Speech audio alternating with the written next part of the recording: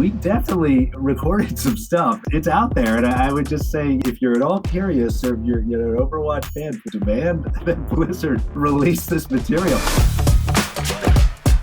It's a pleasure to be here. Thanks for having me. First of all, I want to congratulate you on the nomination for the Love, Death, Robots episode. Spider Rose, you're part of it. That's so cool. So congratulations. Thank you so much. Yeah, that was a very pleasant surprise. But honestly, when I think about it, not really surprising, because the folks over there at Blur Studio, they just do such amazing work. And I knew as soon as I saw that, I was like, wow, this is something special. And so, but yeah, it was an honor to be a part of it, and certainly it's always nice to get some recognition, and hopefully they'll bring it home. And I love the episode that you were part of. What was it like for you to play a role like this? Now, you have done motion and performance capture in Ghost of Tsushima. So how has it been like to come here? Because say a smaller, as our viewer, we are seeing like a smaller episode. But what was like it for you to play this role here? Well, what was really fun about that was that not only did I get to play the bad guy, I got to play basically Spider Rose's love interest as well, and I got to blow my own brains out, which was you don't often get to do. I got to kill myself, but yeah, no, it was terrific. Jennifer Nelson, our director, she was just had such a great vision, and was very collaborative with us. And Emily O'Brien, my co-star, who's just amazing in that episode. And yeah, it was a real treat. And I think anytime I get to do motion capture, you honestly feel like a kid again, because it's all pretend. You're just in this kind of ridiculous looking suit, and there's no set really. I mean, it's just like a bunch of sound blankets and maybe some tables, and so you really kind of have to go into your imagination. And seeing the finished product is always just blows your mind, because it's like, wow, that wasn't there at all. Yeah. So they do. We were not in space. No, not in the least. No. Yeah. Yeah. It's always so amazing to know that you see, when you're acting, you have a specific mindset or idea in mind, like maybe this is how it's going to look like. But when you see the episode, it's nothing what you imagine. No, no, it's yeah, and really in this case, because I think they certainly showed us some storyboards, and I think maybe some kind of previs stuff. But I certainly didn't expect that, and it really wasn't until the premiere, and we got to see it at the Egyptian theater there on the big screen. It was just like, oh my goodness, like these guys. It's just because I didn't even I had no idea what I was going to look like or what, and it's like, wow, that is wild. So yeah, I mean, definitely kudos to all the artists, and especially in this time when AI is being forced upon us. That like true artists, like real programmers, real people who put in the work. God bless them, because yeah, I mean they're doing just some amazing work there that you can really see the artistry come out. Because you're part of Marvel What If as well, which was so cool to know, with the 10 rings and that episode. Yeah. And you I know you've talked about how you worked, not exactly, but at the same time worked beside Kate Blanchett. Like how, Right. like how, would you write that in your resume at the very top? Like, this is what I did. Oh gosh, no. It's just what was funny, because we recorded that actually that particular episode. That was a couple of years ago, height of the pandemic, and we actually recorded that in our home studio.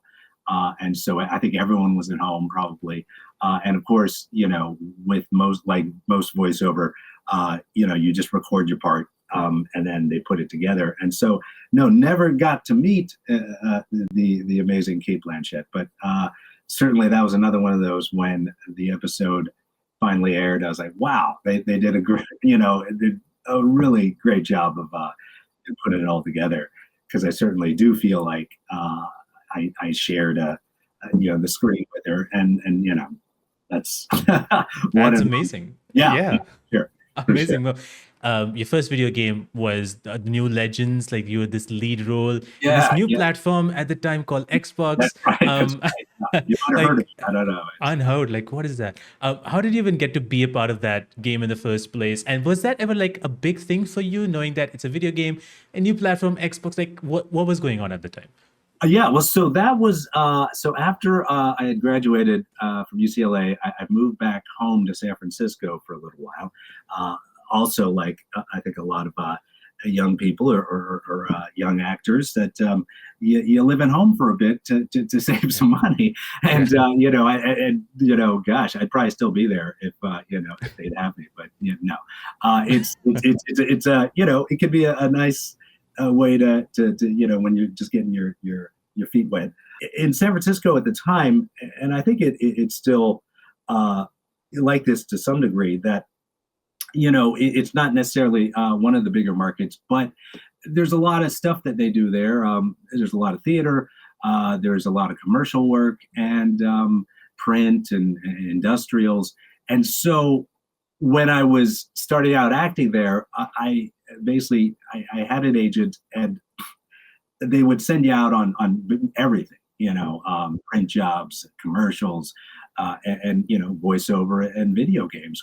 And so that's why initially it wasn't something I think I thought about pursuing, but because of the nature of the industry there, you kind of had to be open to all these possibilities.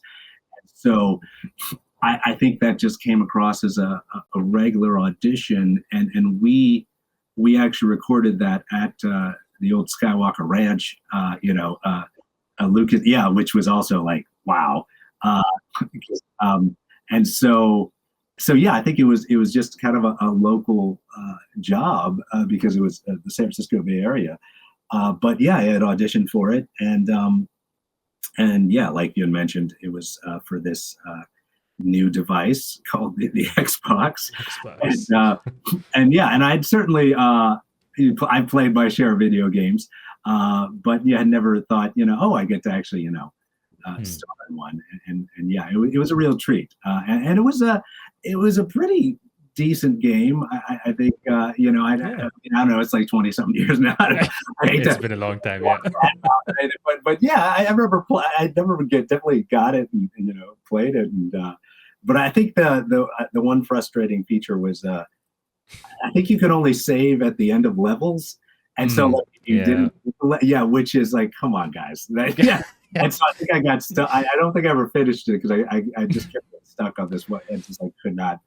It's amazing to see that was the first game, Xbox, and now all these years later, you've done so many ones. And one of the games sequel is coming out this year. You did Ghost of Tsushima. Mhm. Harunobu Adachi, that was your role. What was it like to work with that cast, with that amazing cast and Oh, the amazing studio, oh, motion capture, performance capture? Like, Sucker Punch. They're such great people and they do yeah, such amazing work. And yeah, that was I got to I was Lord Adachi and Yamato as well, and a bunch of other kind of ancillary characters. I was on there for a while, and I think we used to joke that I probably died like 100 different ways in that game. Like if you play at some point you're gonna come across me and to mm, kill me. but uh, true. but yeah, no, that was so great. The team and of course the cast. Dice K, of course, as Jin Sakai, just legendary. Leonard Wu and Earl Kim, just yeah, terrific people. Good Yeah. time, good times all around. Yeah, I remember you posted on Instagram like Ghost of Yotei is coming out. You cannot wait to see Yeah, what's gonna happen, and yes, I'm yeah. excited as well. Like, how do you feel like, especially with the thing that this is going to be a sequel now, and like you were a part of it? Like, this is like what kind of feeling you have knowing that there's another one that you also worked on and did such, and the overall game did so well. Yeah, no, I'm excited and very very happy for everyone involved and yeah I think it's gonna surprise a lot of folks and because I know when initially the announcement came out, I think a lot of folks might have been disappointed not to see more of a Jin story, but I think there's a lot of Jin's story if you really want to get into it, and you could always play it again and again, and I think I think it's time for something new, a little different, but it's familiar enough, I think, to fans, and I think hopefully they'll enjoy it just as much. Yeah, yeah, I hope so as well. And with Ghost of Tsushima, like the interesting fact about like you played Lord Adachi as like the opening part of the game, and then you just died. Like I'm just wondering, like what was that discussion like? Like here's the character, and you're dead. Like what happened in that kind of discussion? It's so funny. So with these games, you end up you're working on them for a while, and you often shoot things completely out of sequence, and so I think I had I think I had actually forgotten exactly what was going to happen, and so like everyone, I was so excited when the game finally came out, and I sat down to play it, and it's really it's the first like 30 seconds, and I was like, hey, that's me. Oh, great. And go down there and say, oh, wait a minute. Oh my god. And then obviously it's been 5 years now, so no spoilers, but yeah, get lit on fire, and get my head chopped off. It was like, oh my god. And I think, yeah, as it was happening, I was, oh, right, that's what we did. But I honestly, it was such a shock that I was like, oh, that's right, that's what we did. But when we had initially shot it, they were telling me the whole time, saying, oh, Adachi is like, he's just the most badass swordsman in all of Japan. Like he's amazing. This is gonna be great. And I was like, oh yeah, sure. And like, you don't That's see how they any, get you. but but I think for their storytelling, you can't beat that, because I think Oh it yeah. really sets up just what who this Koten Khan is, what kind of person he is, and really kind of sets up this whole dichotomy of like the honor of the samurai versus this kind of a very underhanded kind of guerrilla Yeah. warfare that the Mongols were engaging. Yeah, definitely. I mean, it definitely gave the narration of like, oh yeah, he does not care. He Right, does right. give no shits. Like, yeah, it's Yeah, gonna yeah, just. yeah. And I think, really sets him up as like, this is a great villain that like you Oh want to, yeah. oh, let's get this guy. Because like, wow, this, at least for me, it's definitely Yeah. very personal. Yeah, I can understand the personal vendetta you have against this guy. Yeah, I Like, was like, hey. chop my head off. Yeah. But obviously, we have done a lot of voiceover about getting into the shoes of performance capture, like with suits and dots. Like that must be like an odd feeling. Do you had a bit of time to like shake off that feeling away, or like how do you play with that to finally get into the Yeah. final first recording? I Yes, suppose. yeah. No, it does take a little getting used to, for sure, for sure. And I think I always the best way to describe it, it's like you're doing a play and shooting a movie at the same time, and it's like you're doing your close up and the wide at the same time. It's a very different kind of experience that does take some getting used to, and yeah, I think that's the best way to describe it, because it's like, because your whole body is seen the whole time, and so you have to be aware of that, but also because the camera's right there in your face, and so sometimes if you're shooting something like a regular show, or and it's just a wide or something, you can, I mean, not that you ever phone it in, but sometimes like, well, it's not on me, so it's like, well, you can kind of, but here it's always on you, and so you just have to be. It takes a lot of focus to be aware that oh yeah, this is they're going to capture everything here, and so Yeah. you can't really phone it in, or Yeah. take off, that kind of thing. True. According to your like IMDb, you have like 35 plus games that you worked on. Mm-mm. Zenyatta is the one that people know you from the most, from Overwatch. Yes. How does it feel? Now it's going to be 10 years next Yeah. year. How does it feel for you to be part of this insane community? It's been strong Oh, for 10 years. oh gosh. Just so blessed. You know, uh, and I think so many reasons, but definitely one of them, you mentioned Anjali before, just getting to meet and be friends with such wonderful people like Anjali, Carolina Ravassa, Paul Nakauchi, Gaku Space, Johnny Cruz. I mean, the whole cast. It's rare, I think, when pretty much like the entire cast of something is, they're all great people, like just not only talented actors, but really just good human beings. And yeah, I mean, I think for us too, it was such a wonderful experience to experience this whole phenomena together, where because certainly there's some real heavyweights in the cast, but I think initially when it came out and it became this thing, most of us hadn't really experienced something like that before, especially going to conventions and that kind of thing. And so getting to experience that together was a real bonding, wonderful experience. And yeah, we've gotten to travel the world, at this point, and meet fans all over Australia, the Philippines, all over America. And yeah, it's again, like we were saying, it's just one of those things you can never imagine. Yeah, it's just lucky to be a part of it. Yeah, that's so cool. Like I mentioned earlier, like I've been playing this game since 2016. The beta came out, and I was like, "This is great!" And that was my first game that I spent $40 on. So I was like, Yeah, I was like, "Yes, this is something I want to buy," and I bought yeah. that, and I've been playing it ever since. And Oh, that's great. it's so cool that you guys went to conventions. You still go to conventions and meet Yeah, yeah. people. What is like something that people always ask you about Zenyatta? Is there a voice line that you want to do, or is like I don't know, like is it blessing maybe? I think certainly we all get the, what's your favorite line, and I think I've had a few over the years, but certainly I dreamt I was a butterfly. Is one that Yes. always kind of jumps out because it's just like what, but it fits Sure. it perfectly, Yeah. But it's definitely those things. I don't know exactly what it means, but it certainly it, it it feels very zen, Mm. which I appreciate.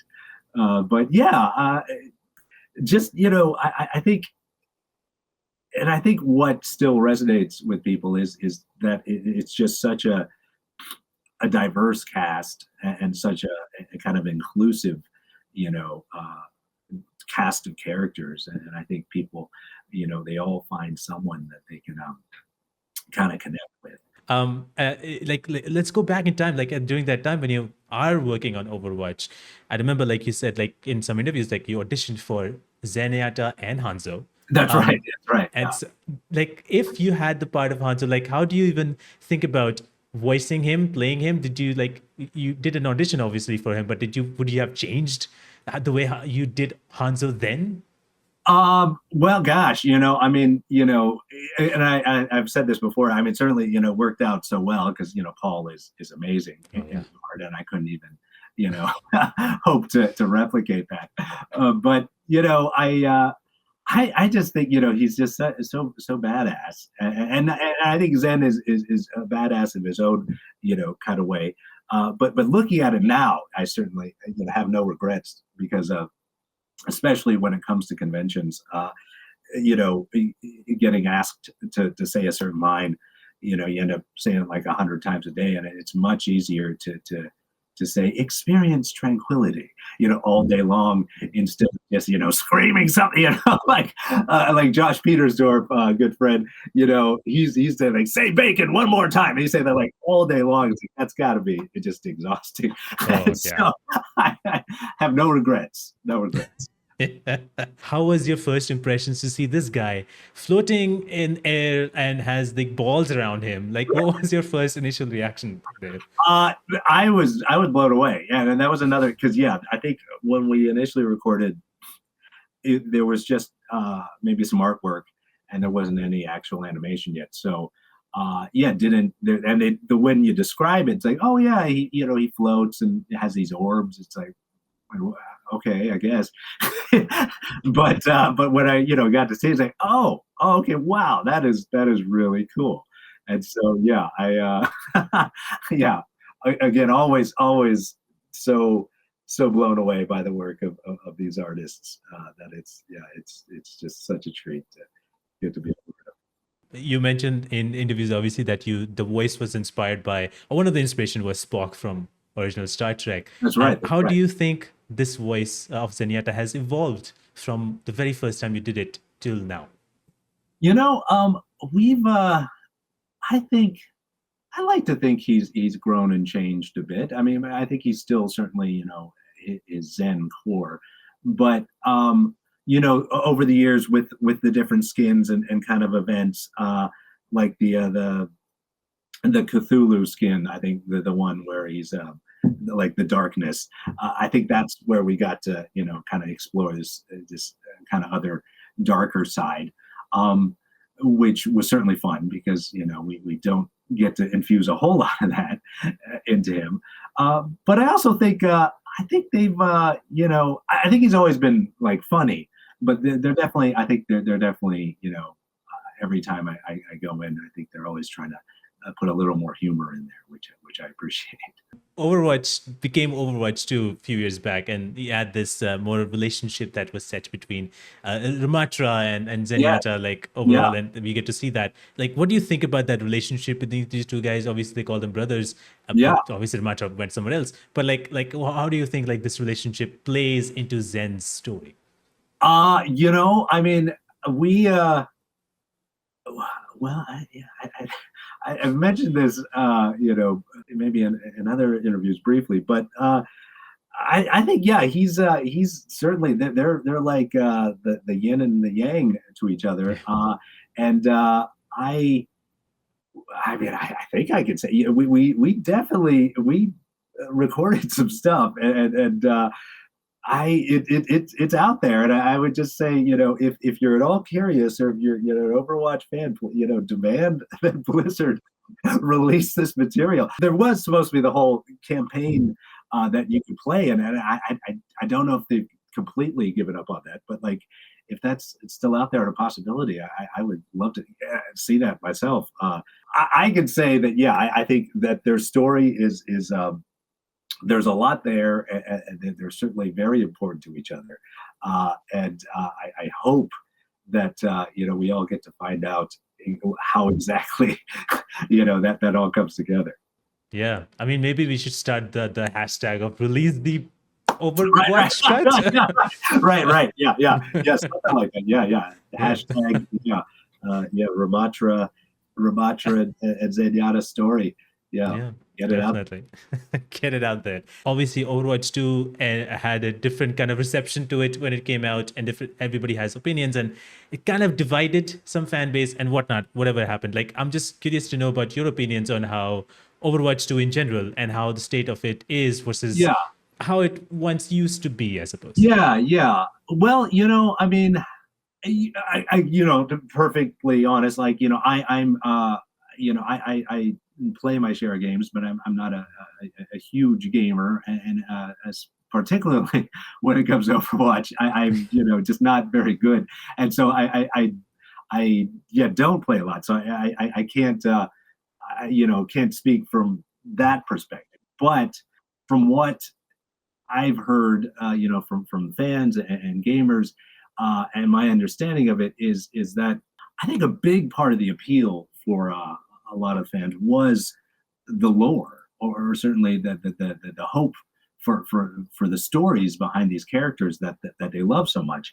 With that being said, I would think if that's what the fans would want, I would think that Blizzard and everyone involved would want to give them that. But what I'm seeing a lot of is like, oh, these like kind of cool collaborations, K-pop bands and this, which is great, but I don't know. I think if the fans are asking for more lore, that they love these characters and they want to see these stories, I would think that's what you would that's the direction you would want to go. But I'm obviously not making these decisions, Of course. but yeah, that's just my 2 cents. I think, Yeah. and certainly, obviously, selfishly for us, as the actors, yeah, we would love to, dig into that, you Yeah. know, because yeah, these characters have really, obviously touched people, and yeah, we would love to, get into it a little more. Yeah. I mean, you're right. Like, I think even now, if people watch any of the cinematics that Overwatch has, and Right, if they watch right. it, it's like there's something about Blizzard and how they do these things, and it just wows you Yeah, all the time. And right. there's always people. Yeah. I don't know, but like, you would think, you could take an example from uh, League of Legends, who had just Right. such the huge success with Arcane, which is, essentially you're taking these characters and like you're putting them in, and obviously, people have been asking for like an Overwatch, like, oh, Oh, yeah. animated series. Like, I mean, it seems to me like that would be a no-brainer, but Exactly.